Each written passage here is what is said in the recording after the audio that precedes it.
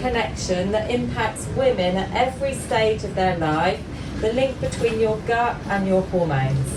And I'd like to welcome Bernadette Clensey. She's founder of Raw Nutrition, a clinic that specialises in women's hormonal health.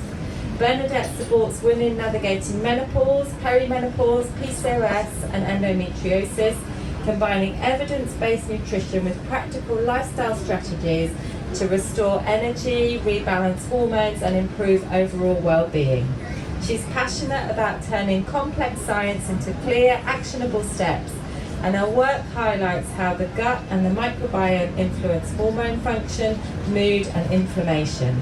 Her talk is titled The Gut-Hormone Connection, How the Microbiome Shapes Women's Health, and Bernadette will show how changes in the gut can impact estrogen balance, inflammation, mood and energy, and share some simple practical ways to support your microbiome to improve hormonal well-being. So before I get into the nitty-gritty of female hormones, I wanted to share a fact with you. Did you know that your gut is home to around 100 trillion microbes? That's more than the number of stars in the Milky Way galaxy. And I mean, for me, I just found this absolutely astounding to think that inside your gut right now, you have the universe doing goodness knows what, how many millions of different processes are going on right now. And I think it just tells you about the enormity of this, of the gut and what it's actually capable of. So today I'm going to be talking about women's health, women's hormones, and really focusing on two of the biggest hitters, which are estrogen and progesterone. And so before we deep dive into the gut, I wanted to share this graph with you, and you might not be able to see it right at the back, but we've got estrogen and progesterone. Estrogen is that little pink dotted line, and progesterone is the thick orange line that kind of floats underneath it. And this is how those two hormones behave across a woman's lifespan. And so just before a girl has her first period, we get estrogen and progesterone both starting to enter the stage. And you can just see here these little fluctuations of estrogen and then progesterone starting to climb and to get higher. And it can take quite some time for these hormones to establish themselves. So generally speaking, these hormones start to get into a more rhythmic pattern in the late teens and the early 20s. And you can see from here that estrogen is this nice little gentle ebb and flow, a rise and fall, like a little speed boat going up and down throughout a woman's cycle. But the progesterone is quite a lot more dramatic. So when you think about a woman's cycle, in the second half, the progesterone leaps up, and then just before she has her period, it crashes down. And this can have quite a serious impact on many different things, but the gut as well. Then we move through the stage of perimenopause, which you may or may not have heard of that stage. Perimenopause is generally hits a woman around the late 30s to late 40s, maybe up to the early 50s as well. And this is when estrogen starts to misbehave somewhat. So rather than those nice little bumps that we get, it starts to shoot up really high. I think I'm scaring the pigeons. And then it drops really low. And this can cause many different issues with women because of those highs and lows. And then as we can see, progesterone is still doing its thing, but it's getting a lot lower.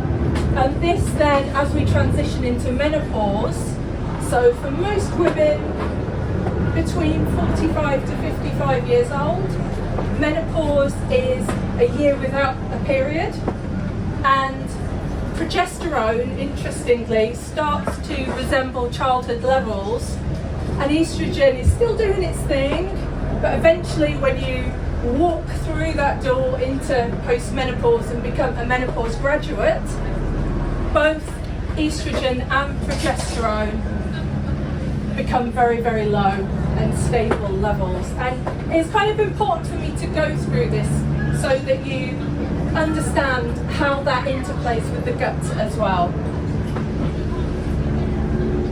So, we're going to have a look at estrogen first. Did you know that your gut bacteria can recycle estrogen? And you know, when I found out about this, it just blew my mind. I had no idea until I started studying nutrition and how they affect women's hormones, just what a big player this actually is.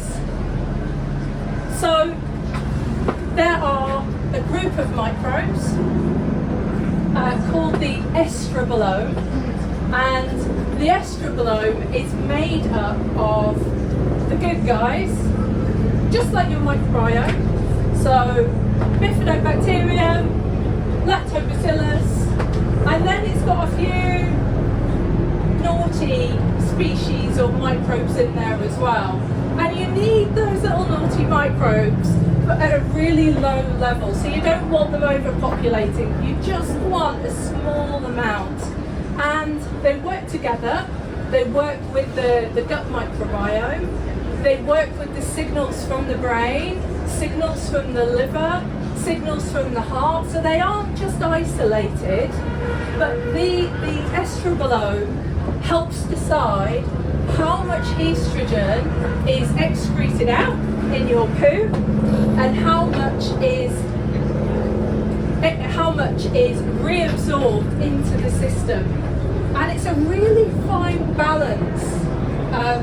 You know, it's quite delicate. I don't know if you've walked through the inflatable gut yet, but you might have seen when you were in there that the microbiome is not static.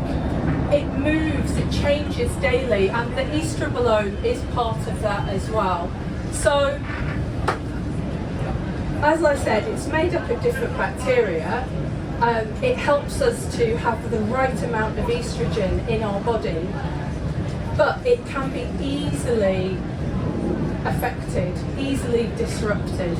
And when it's disrupted, the little bad guys, they start to take over, they start punching their weight around in the gut, and they release an enzyme, so a substance, that basically starts to recycle more estrogen.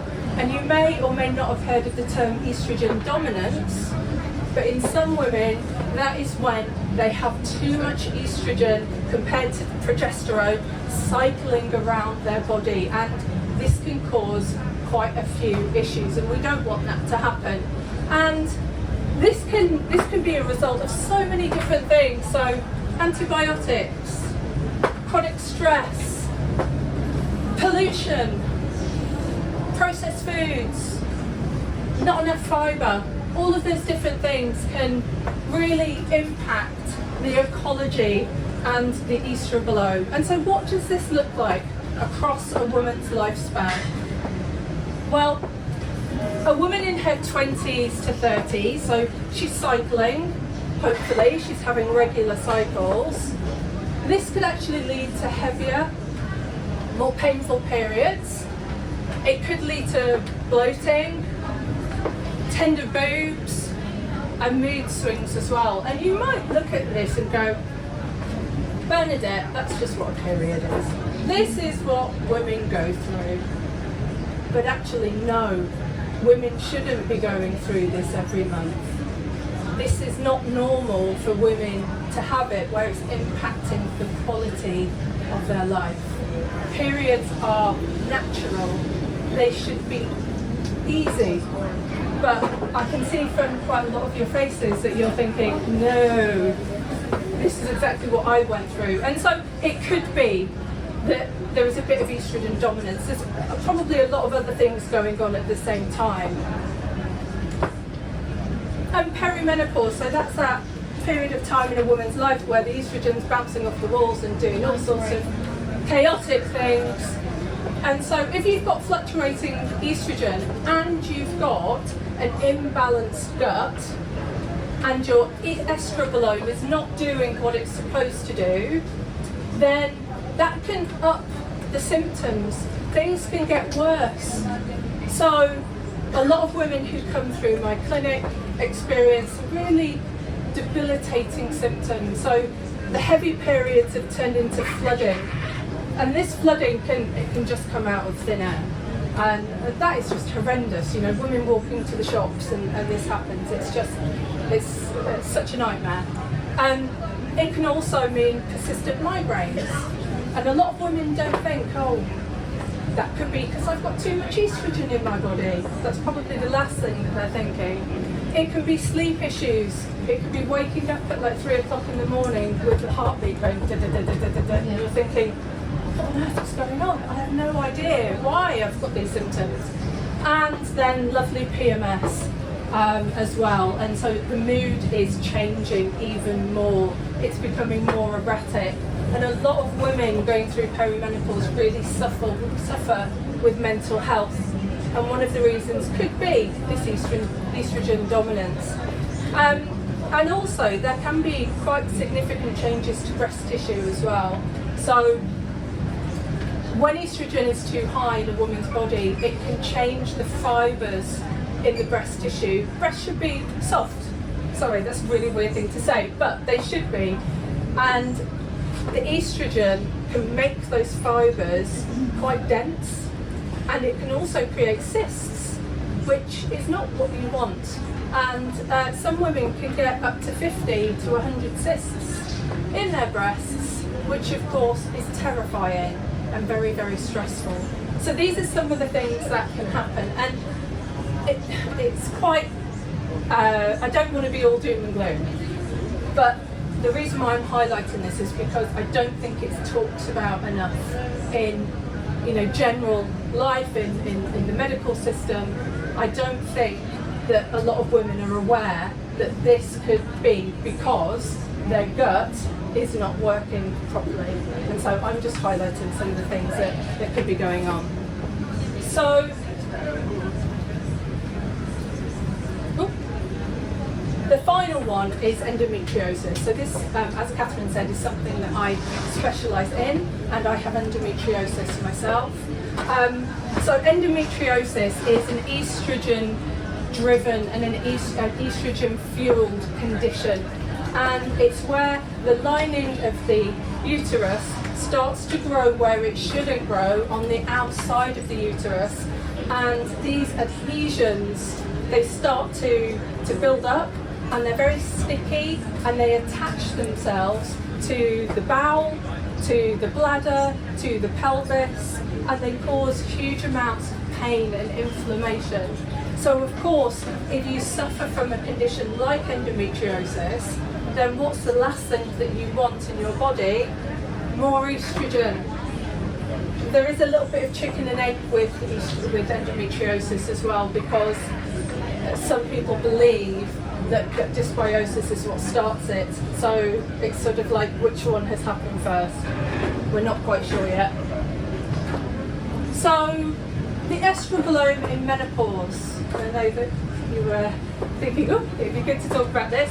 So yeah, it would be very remiss of me not to talk about the impact of this, because of course when you go through menopause, estrogen falls to that low steady level. So what happens? What happens to your gut when you go through menopause? So this is the bidirectional switch. Well, firstly, it reduces our diversity of gut bacteria, and there is a big shift in the bacterial profiles. And really interesting, and I don't know how this fact is going to go down, but women's microbiomes start to resemble men's microbiomes when they go through menopause. So I found that fascinating, because what it shows is estrogen is majorly protective in the gut, all over the body, but also in the gut, which I find fascinating. So what does this mean? So it could be that women have more inflammation once they've walked through that door of menopause and onwards. And inflammation in the gut can cause a lot of food sensitivities, and women coming through my clinic, this is one of the biggest things. Bernadette, I can't eat wheat anymore, I can't have bread anymore, it bloats me out, dairy's a nightmare. And then there's really unusual ones like peppers, carrots, just it seems so random. And it could be because the body is starting to reject certain types of foods, because estrogen likes to smooth everything out in the microbiome, in the gut. It likes everything to be happy and calm. And so when it exits the building, this can start to happen.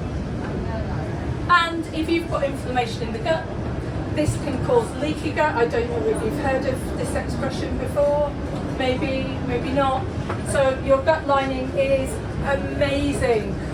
It protects you from all of the things that it doesn't want going into your central system, into circulation. And it's packed tightly, it's got lots of mucus, and all of the cells are nicely packed together. What you don't want is for those cells to start to separate, because the naughty stuff can get through and then circulate around your body. And again, I see lots of women who, once they've gone through menopause, have skin conditions like rosacea. And so that's when you start to get sort of like red spots that come and go, often around the cheeks. It can flush, it can be very embarrassing for a lot of women. But also, if women have suffered from skin conditions like psoriasis or eczema, it can really ramp up. In perimenopause as well, I should say, not just menopause. Aches and pains, brain fog, because those molecules, those naughty molecules, can travel all over the body, and they can go through into the brain as well. And so I don't know if anybody's like me, where they're halfway through a sentence and they forget what they're saying, which is wonderful. Yeah, it's horrific, isn't it? It's not, but that's the thing. It's not just an age thing. It's a hormone thing, and it can be a gut thing as well. Oh, you have to wait till the end. It won't be long. It won't be long.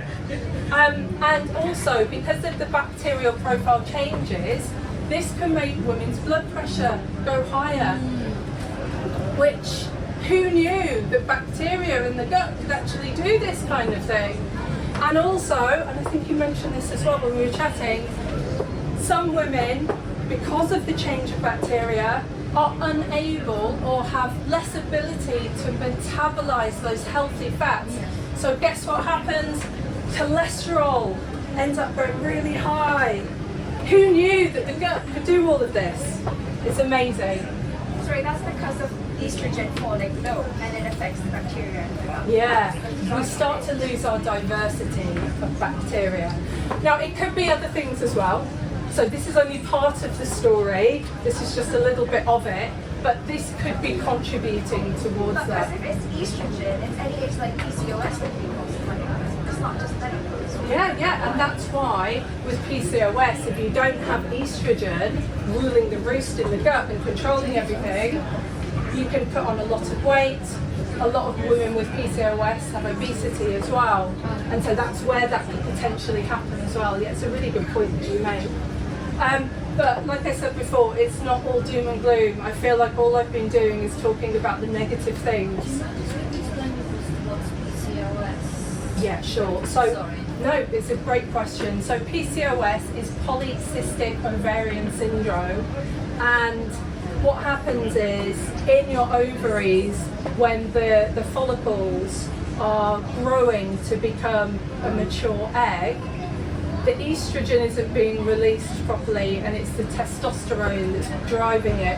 And so a woman will end up having lots of little eggs that build up in the ovaries. So the mature egg is not being released, which is what happens in a woman's cycle each month. So that's PCOS. Does that help? Thank you. You're Googling it. I hope I'm right. Okay, so we're going to move on to progesterone as well. So did you know that progesterone is more than just a pregnancy hormone? Yes, again, of course, I wouldn't be mentioning it here if it didn't have some kind of impact on the gut. So the benefits, like estrogen, it helps to maintain that healthy gut lining. It's not quite as powerful as estrogen, but it still does quite a lot, so it is important. And I love this, I absolutely love it. There are specific species of bacteria in the gut that when the progesterone is going through it, they start to metabolize the progesterone and break it down into these wonderful calming compounds called allopregnenolone, or ALOP for short. And ALOP is your chill pill. It's so amazing, and if anybody has had HRT and has taken progesterone, they will probably feel that lovely kick of calm before they go to sleep when they take it, and that is because of the ALOP. Now ALOP in the gut relaxes everything, makes it nice and smooth or calm, but those molecules can also travel to the brain. So it's really important for anxiety as well. And anybody that's been through perimenopause or menopause, when the progesterone starts to go down, I have no doubt that there's been some kind of impact, whether it's small or large, on your mental well-being, on your happiness. If not, I salute you. You have an amazing body, but for most women, they start to feel that. So, isn't it amazing that bacteria can help with that? I also like to think of progesterone as the gut's stop-go hormone, especially for women who are still cycling and having their periods. And that's because progesterone slows the gut down. Now, for some women, they may not feel this at all. It may be absolutely fine, but other women may be quite sensitive to this. So if you remember the diagram, in that second half of a woman's cycle, the progesterone goes whoop, it goes really, really high, and so that can actually cause some issues in the gut. Bloating, constipation, IBS. Some women who may already have issues with the gut might feel this more pronounced. And that's because everything's just slowing down. And then when a woman gets her period, and remember, it peaks, and then just before the period, progesterone goes boom, and it just drops really dramatically, and that's where women can get diarrhea and pain and just the complete opposite of what they had before they started their period. It's just wonderful being a woman, isn't it? We have all of these nice things that happen. But if you are sensitive to progesterone, and a lot of women can be sensitive to progesterone, this could be behind it. It could be. There's, it doesn't work in isolation. Progesterone is not just here, sitting here, just on its own. It's talking to estrogen. It's talking to a whole host of other different things. But this could be one of the reasons for those symptoms as well. So, the happy part. What you can do to help yourself, and there are many things. But before we get into this, I'd just like to say, always go slowly with changes. Always do baby steps, because the gut is a precious thing. It's a very sensitive thing, and it doesn't like change too many dramatic changes at once. And all of these recommendations that I'm making here are so simple. They are not rocket science. They are very, very easy. And you'll probably roll your eyes and go, yeah, I've heard it all before. Yeah, here we go. So, this is what I tell every single client who comes through my clinic. Drink. Make sure you're drinking enough water. Hydrate yourself. Think about progesterone especially, and women who are going through that second part of their cycle where everything slows down. You want to make sure you're fully hydrated. And I've put in there, filtered if possible, because, and in glass bottles where possible, because things like, water quality is just not the same as it used to be. So I live in Devon. The water is still quite bad in Devon. You think because we're by the beach, it's lovely. No. There's still lots of toxins in the water, and that just puts added pressure on the gut and your whole body, and plastics as well. It's just good to be aware of it.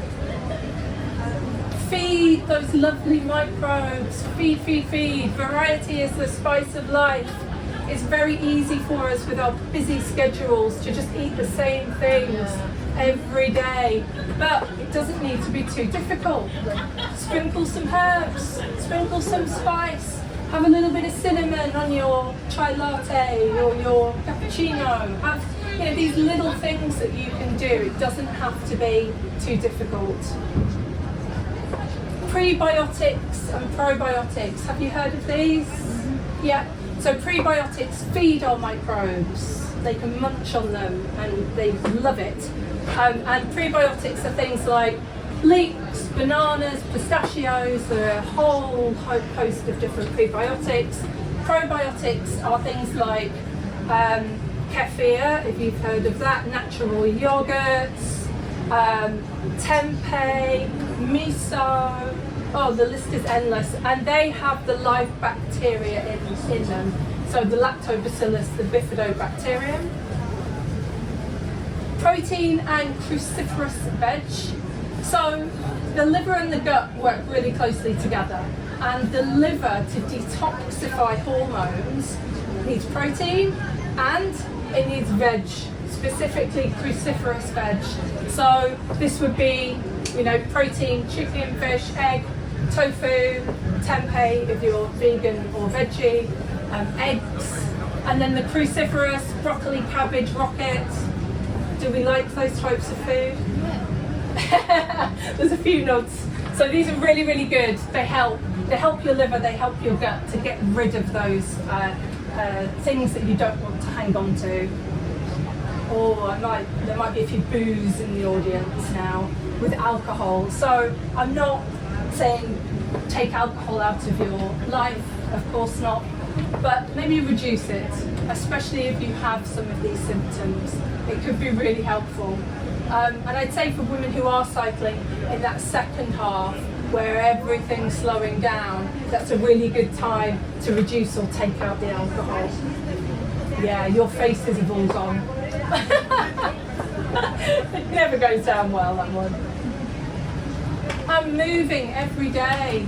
Your gut needs movement. We tend to sit down. Me too, I'm guilty of it as well. And then your gut is static, but it needs movement. But it doesn't have to be pumping weights at the gym. It can just be dancing, it can be walking, it can be anything, but moving the body is so, so important. Sorry, why? Is it because of the other hormones? And then because of the physical things? more about the gut, so making sure that the gut stays fluid, so that, because the gut contracts, doesn't it? And so if you're sitting down, so it's the mechanical part of it. Exactly. Okay. It's the mechanical part, yeah. But that mechanical part is also helping to excrete too, to get rid of everything, yeah. And then stress and sleep. I can't say, reduce your stress, because that's the stupidest thing in the world to say, isn't it? We all have stress.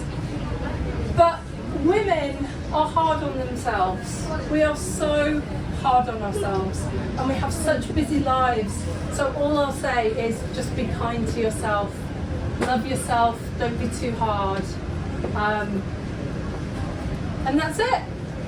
So if you're interested, you can follow me on my socials. I'm hanging around for a bit afterwards, so if you've got any questions as well that you want to ask, I'll be more than happy to answer. Thank you so much for putting up with me, for listening to me. You've been amazing. Thank you.